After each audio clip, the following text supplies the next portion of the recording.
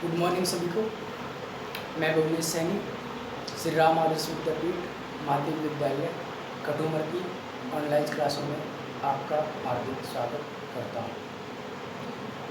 आज की वीडियो में हम कक्षा 9 की प्रश्नावली 5 जिसका नाम ज्यामिति परिचय रेखाएं व कोण है का अध्ययन करेंगे। ठीक है, अब सबसे पहले ज्यामिति क्या होती है उसके बारे में जानेंगे हम, और फिर रेखा कौन कौन सी होती हैं, कितने प्रकार की होती है, क्या परिभाषाएं होती हैं, और कौन से होते हैं, क्या परिभाषाएं होती है। जो भी मतलब बेसिक चीज़ें हैं जो प्रश्नावली 5 में काम आने वाली हैं उनके बारे में हम अध्ययन करेंगे। प्रश्नावली 5 में कुछ प्रमेय भी हैं। अब प्रमेय क्या होती हैं, निर्मेय क्या होती है, उपप्रमेय क्या होती है, इन सारी चीज़ों के बारे में हम अध्ययन करेंगे। लेकिन उन चीज़ों को समझने के लिए सबसे पहले हमें बेसिक परिभाषाएं हैं वो चीज़ें याद करनी है। तो सबसे पहले हम ज्यामिति के बारे में बात करेंगे। ज्यामिति की अगर हम इतिहास देखें तो बहुत पुराना है। अगर हम ये भी कह सकते हैं कि ज्यामिति का उद्गम भी भारत में ही हुआ है। हुआ कैसे, देखिए, सिंधु सभ्यता है जो हमारी, वो लगभग 5000 साल पुरानी है। ठीक है, अब सिंधु सभ्यता में जो अभी जैसे आजकल ग्रामीण परिवेश है ऐसा भी था, और नगरीय सभ्यता भी थी सिंधु सभ्यता। तो वहाँ पे अच्छे मकान, अच्छे बाजार, सबकी समुचित व्यवस्थाएं थी। सारे घर एकदम चौकोर थे, नालियाँ भी एकदम सीधी थी।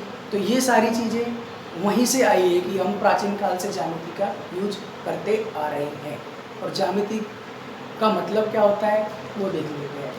अगर ज्यामिति को मैं इंग्लिश में लिखता हूँ GEOMETRY, तो ये दो शब्दों से मिलकर बना है,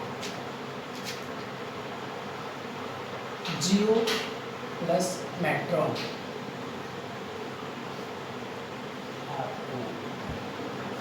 अब जियो का मतलब क्या होता है? जियो का मतलब होता है पृथ्वी, और मेट्रॉन का मतलब होता है मापना,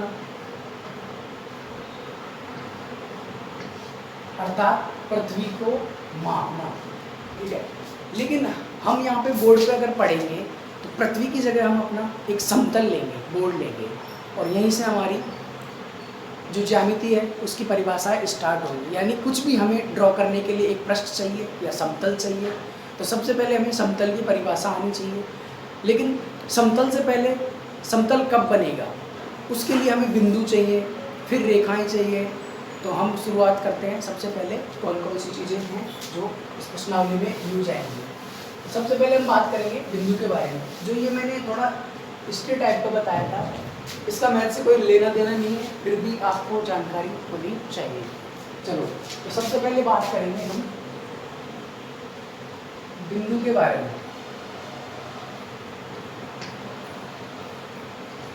वैसे तो बिंदु के बारे में आप सब जानते ही हैं, लेकिन गणित की अपनी अलग ही भाषा होती है और हर चीज़ का अलग मतलब होता है। तो अब देखो, बिंदु आपने छोटी क्लासों में भी पढ़ा है और आगे भी पढ़ते रहोगे। अगर बिंदु की एक सीधी सटीक परिभाषा बोले तो कोई भी बारीक नोक, पेन की हो सकती है, पेंसिल की हो सकती है, उससे बनाया गया चिन्ह बिंदु है। ठीक है, अगर ये समतल है, इस पे मैंने इस चौक से बना दिया तो ये बिंदु हो गया हमारा। ठीक है, पहले एक बार आप समझ लेंगे, और अगर इसकी जो परिभाषाएं हैं वो मैं स्क्रीन पे, आपकी मोबाइल स्क्रीन पे आ जाएगी। ठीक है, तो पहले आप समझ लीजिए। अब बिंदु की विशेषताएं देखिए। एक बिंदु है जो अपना, उससे अपन अनंत रेखाएं खींच सकते हैं। अभी रेखा की परिभाषा मैंने बताई नहीं है, और फिर भी एक बार देख लीजिए। ये बिंदु है, मान लो यहाँ से हमने कोई रेखा खींची, एक रेखा ये खींच दी, ये बिंदु ए था। ठीक है, एक रेखा ये खींच दी। अर्थात नोट करने वाली चीज़ क्या है कि एक बिंदु से हम अनंत रेखाएं खींच सकते हैं। ठीक है, अब दूसरा पॉइंट क्या है कि बिंदु को प्रदर्शित कैसे करते हैं हम। बिंदु को एक ये वाला चिन्ह है, इससे प्रदर्शित करते हैं, लेकिन इसको साथ में अंग्रेजी वर्णमाला के कैपिटल अक्षर होते हैं जो A B C P Q आदि से डिनोट करते हैं। ठीक है, इनको प्रदर्शित करने का तरीका, मान लीजिए कोई बिंदु ए है तो हम उसको ए ऐसे लिखेंगे, ना कि स्मॉल वाला। ठीक है, बिंदु हमारा हो गया। अब बिंदु के बाद हम दूसरे नंबर पर बात करेंगे भाई रेखाएं, क्योंकि बहुत सारे बिंदु, इसको इंग्लिश में हम लाइन भी कहते हैं और बिंदु को हम पॉइंट कहते हैं। अब अगर हम रेखाओं की बात करें तो सबसे पहले हमने बिंदु की परिभाषा देखी। मान लीजिए मेरा एक बिंदु ए है, ठीक है, एक बिंदु ये मैंने बी दिया। अब मैं क्या करता हूँ कि इन दोनों बिंदु की सीध में और छोटे छोटे बिंदु बनाता हूँ, लेकिन कंडीशन क्या है कि ये हमारे सीधे होने चाहिए।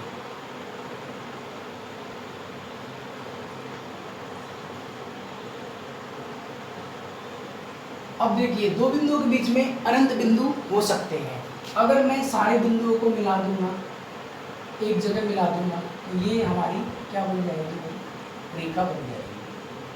तो अब यहाँ से रेखा की जो परिभाषा निकल के आती है सीधी सीधी क्या है कि भाई दो बिंदुओं के बीच में अनंत बिंदु होते हैं, उनको अगर हम एक सीध में मिला दें तो हमारा रेखा का निर्माण हो जाएगा। ठीक है, रेखा का निर्माण हो जाएगा। अब रेखा की विशेषताएं भी होती है कुछ। ठीक है, रेखा को प्रदर्शित कैसे करते हैं। सबसे पहले रेखा में ये वाले सिंबल लगाना जरूरी है। ठीक है, अब इनका मतलब क्या होता है कि भाई एक रेखा की लंबाई अनंत होती है, वो भी दोनों छोर पे। हम रेखा को इधर भी अनंत साइड तक बढ़ा सकते हैं और इधर भी अनंत तक बढ़ा सकते हैं। ठीक है, अगर मैं इस रेखा को प्रदर्शित करूंगा तो ए बी के ऊपर मैं रेखा का सिंबल बनाऊंगा, तो हम इसे बोलेंगे रेखा ए बी। ठीक है, अब ये जो एरो वाला चिन्ह बनाया था मैंने, क्योंकि ये पहले बिंदु था। बिंदु का मतलब अगर ये पॉइंट है, ये फिक्स है। बिंदु का मतलब ये कि ये चीज़ यहीं पे फिक्स है। ठीक है, अगर मैं ये इसको एक साइड एरो बनाता हूँ और एक साइड फिक्स रखता हूँ, इसका मतलब क्या हो गया कि यहाँ से इसकी लंबाई शुरू हो रही है और इधर अनंत तक हमारी लंबाई जा सकती है। तो इसका मतलब क्या हो गया, ये इसको हम किरण बोलते हैं। इंग्लिश में बोलेंगे तो हम रे बोलते हैं। ठीक है, अब किरण को प्रदर्शित कैसे करते हैं, वही इसको मान लीजिए हमने सी डी, ये पॉइंट सी है, ये डी है, तो किरण को प्रदर्शित करने का तरीका हमारा है सी और डी के ऊपर ये वाला लगाएंगे। रेखा में हमने दोनों साइड एरो लगाए थे, यहाँ पे एक साइड लगाया। इसका मतलब ये हुआ कि इधर से लंबाई इसकी फिक्स है और इधर हम इसको अनंत तक ले जा सकते हैं। अब किरण के बाद हम बात करेंगे चौथे नंबर पे रेखाखंड। रेखाखंड क्या होता है, ये सारी चीजें बिंदु से स्टार्ट होंगी, फिर रेखा किरण एक दूसरे से रिलेटेड है। अब मान लीजिए ये मेरी एक रेखा है, यहाँ पे एक पॉइंट है, ये बी है, एक पॉइंट ये मैं सी और डी ले लेता हूँ। अगर मैं इस रेखा में से इसको तोड़ के मैं अलग कर लेता हूँ, मान लीजिए ये 10 सेंटीमीटर का है पूरा, और मैंने यहाँ से ये 4 सेंटीमीटर का सी डी रेखाखंड अलग कर लिया, ये मेरा 4 सेंटीमीटर। तो सबसे पहले हम देखते हैं रेखाखंड को प्रदर्शित कैसे करते हैं। ये सी डी हो गया हमारा, इसके ऊपर हम ये लगाएंगे। सीधी लाइन। तो ये हमारा रेखाखंड को प्रदर्शित करने का तरीका होगा। अब इसकी विशेषताएं क्या होती हैं? इसकी विशेषताएं ये होंगी कि रेखाखंड है जो हमारा, उसकी लंबाई फिक्स है, वैसे फिक्स है, लेकिन ये फिक्स नहीं है कि हम इसको 4 सेंटीमीटर का ही लेंगे, 10, 15, 20, 25, क्योंकि किरण में और रेखाओं में बात क्या थी कि हम इसको अनंत तक बढ़ा रहे थे। हम इन बिंदुओं को अनंत तक बढ़ा सकते हैं, लेकिन इसकी एक फिक्स माप होना जरूरी है, जबकि किरण की कोई फिक्स माप नहीं हो सकती। उसको हम अनंत तक एक साइड बढ़ा सकते हैं, रेखा को भी हम कितनी साइड तक बढ़ा सकते हैं, लेकिन रेखाखंड पे ये चीज़ें लागू नहीं होती। रेखाखंड एक फिक्स लंबाई का ही होगा, जो भी उसकी कुछ माप होगी। इसको प्रदर्शित करने का तरीका ये हो गया। अब देखिए, हमने सबसे पहले पढ़ा बिंदु पढ़ा, फिर रेखा पढ़ी, फिर किरण पढ़ी, फिर रेखाखंड पढ़ा। अब ये सारी चीज़ें हम कहाँ पे छापेंगे या कहाँ पे बनाएंगे, कहाँ पे ड्रॉ करेंगे, तो वो उसके लिए हमें क्या चाहिए, एक समतल चाहिए।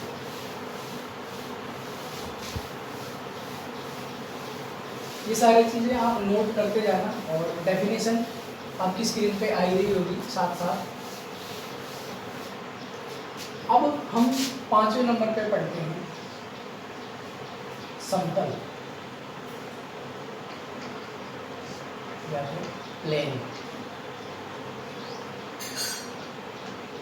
समतल सब लोगों को आपको पता है, अगर इस बोर्ड को भी मैं बोल सकता हूँ समतल ही है, लेकिन इसकी उचित परिभाषा क्या होगी, जहाँ पे कोई भी हम एक ऐसा पृष्ठ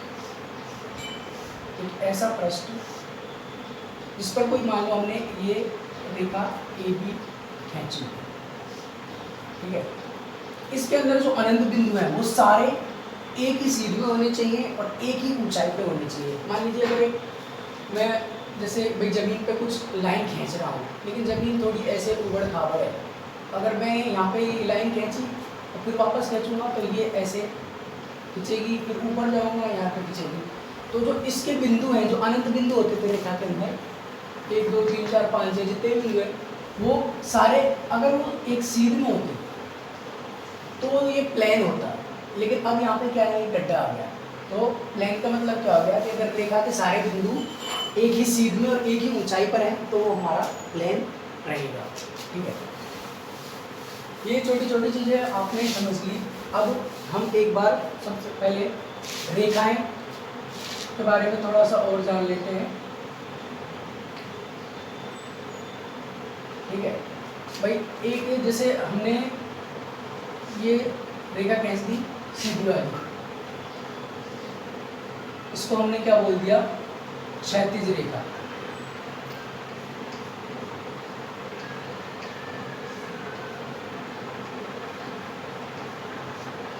तीसरी रेखा मैंने खींची, अगर मैं इसको ऐसे खड़ा करके खींचूंगा तो लंबवत या ऊर्ध्वाधर रेखा। ये छोटी छोटी चीज़ें हैं, वैसे सबको पता है, पर फिर भी ये काम आने वाली है। तीसरे नंबर पे अगर मैं इसको थोड़ा एंगल पे कर देता हूँ किसी कोण पे, ये हमारी तिर्यक रेखा, ठीक है। अब इन तीनों रेखाओं से मैं आपको एक छोटा सा क्वेश्चन देता हूँ कि कोई भी दो रेखाएं आपको इस प्लेन पे खींचनी है, दो रेखाएं एक साथ खींचनी है, तो आप कैसे खींचोगे? या तो ऐसे खींचोगे या फिर ऐसे खींचोगे, पहला नंबर। दूसरे नंबर, या फिर उनको यूँ खींचोगे, यूँ खींचोगे। तीसरा नंबर, तो ऐसे खींचोगे। अब देखिए, अगर इस वाली नाम मैंने लिया था रेखा, इस वाली रेखा को मैं आगे बढ़ाता हूँ, इस वाली को मैं आगे बढ़ाता हूँ, और इधर से भी आगे बढ़ाता हूँ, और इधर से भी आगे बढ़ाता हूँ। तो ये तो हमारा बिंदु O है, इस पर कट कर देंगे। इस वाली रेखा को मैं आगे बढ़ाता हूँ, इस वाली रेखा को भी आगे बढ़ाता हूँ, तो ये भी हमारी कट कर देगी। लेकिन इन रेखाओं को मैं, क्योंकि एक सीध में है और एक बीच की जो लंबाई है वो भी हर जगह सेम है, तो ये रेखाएं कभी नहीं काटेंगी, ठीक है। तो अब यहाँ से हमारी जो ज्यामिति की सबसे महत्वपूर्ण अवधारणा निकल के आएगी कि इन रेखाओं को हम बोलेंगे समानांतर।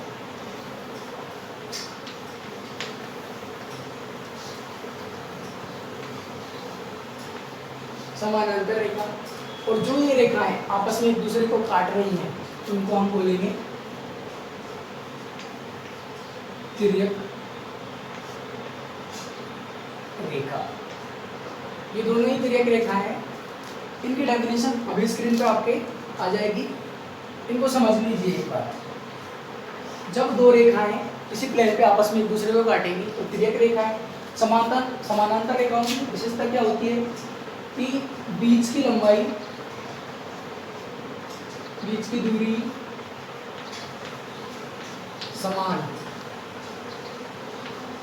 हर पॉइंट पे समान रहेगी। मान लीजिए मैं यहाँ पे लेता हूँ तो ये वाली जो दूरी है ये सेम रहेगी, यहाँ पे भी ये दूरी सेम रहेगी और यहाँ पे भी ये दूरी हमारी सेम रहेगी, अर्थात सारी जगह ये सेम रहेगी। तो तिर्यक रेखा और समानांतर रेखा के बारे में आपने पढ़ा।